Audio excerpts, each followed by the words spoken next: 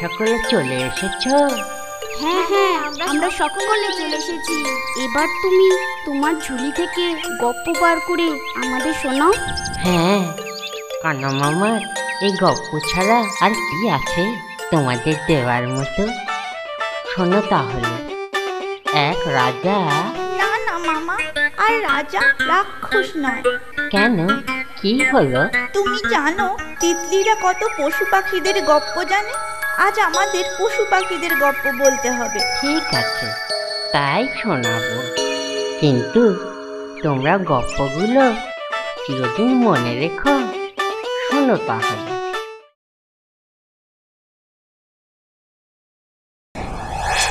এক দেশে এক রাজা। সেই রাজার কাছে একদিন এক টিকিধারী ব্রাহ্মণ পণ্ডিত এলেন। তিনি বললেন, প্রণাম মহারাজ, আমি অশিলক্ষণ পণ্ডিত। সে আবার কেমন পণ্ডিত? আমি তরবারি শুকে বলে দিতে পারি কোন তরবারি ভালো, কোন তরবারি খারাপ। ভালো কথা। আপনি তবে আমার রাজসভায় থাকুন, তরবারির গুণাগুণ বিচার করুন, আর বলুন তার জন্য আপনার কত বেতন চাই? আগে মাসিক ৫,০০০ স্বর্ণ মুদ্রা। বেশ, তাই হোক।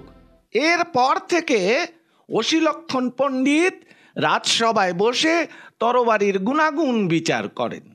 রাজ্যের বিখ্যাত তরবারি প্রস্তুতকারক হট্ট সেন তরবারি নিয়ে রাজসভায় প্রবেশ করছেন।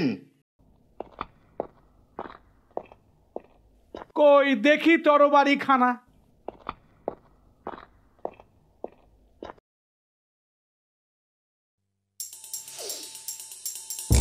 ছি ছি ছি, একদম বাজে, অলক্ষণে। পরের জনকে পাঠাও। এবারে আসছেন অপর এক তরবারি প্রস্তুতকারক।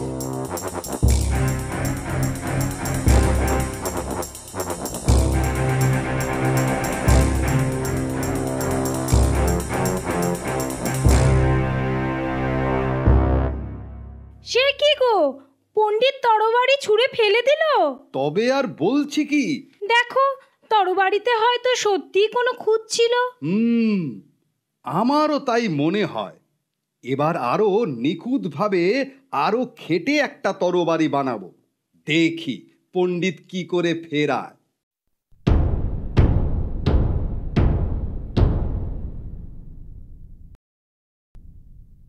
এইসব বাজে জিনিস কোথা থেকে আনো বলো তো? বাজে জিনিস জানেন, উল্কাপিণ্ড থেকে খাঁটি লোহা বের করে এই তরবারি তৈরি করেছি, আর আপনি বলছেন এটা বাজে, খারাপ। ভালো খারাপে তুমি কি বুঝবে? হ্যাঁ, আমি বলছি এটা বাজে তো বাজে। এখন যাও, বক বক করো না। পরের জন। বিখ্যাত তরবারি প্রস্তুতকারক উল্কিধর তরবারি নিয়ে রাজসভায় প্রবেশ করছেন।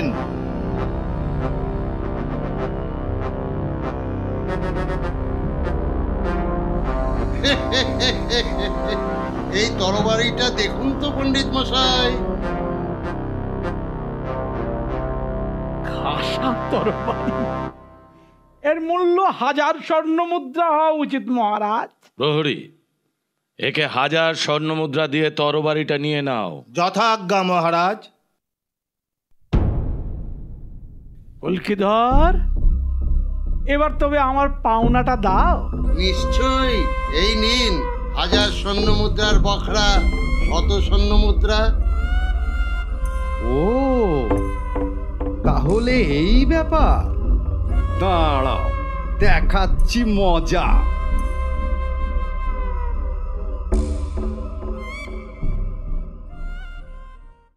পণ্ডিত মশাই ঘুষ নেন তো তাকে ঘুষ দাও। তা নয় তরবারিতে লাল লঙ্কার গুঁড়ো মাখাচ্ছেন। বলি তোমার বুদ্ধি সত্যি কবে হবে শুনি?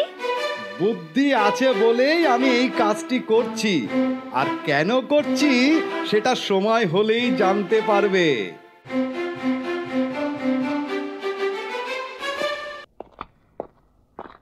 পণ্ডিত মশাই, আজ আমি এক দারুণ তরবারি এনেছি। কই দেখি।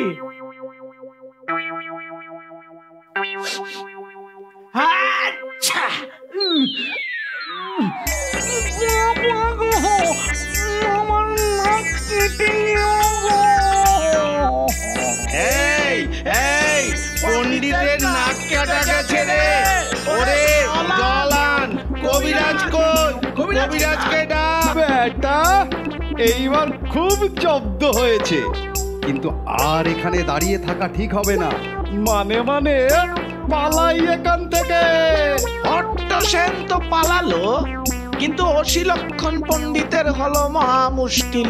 সবাই এখন তাকে নাক কাটা পণ্ডিত বলে, আর তাকে জিজ্ঞাসা করে, কি নাক কাটা পণ্ডিত মশাই, তরবারিটা কেমন ছিল?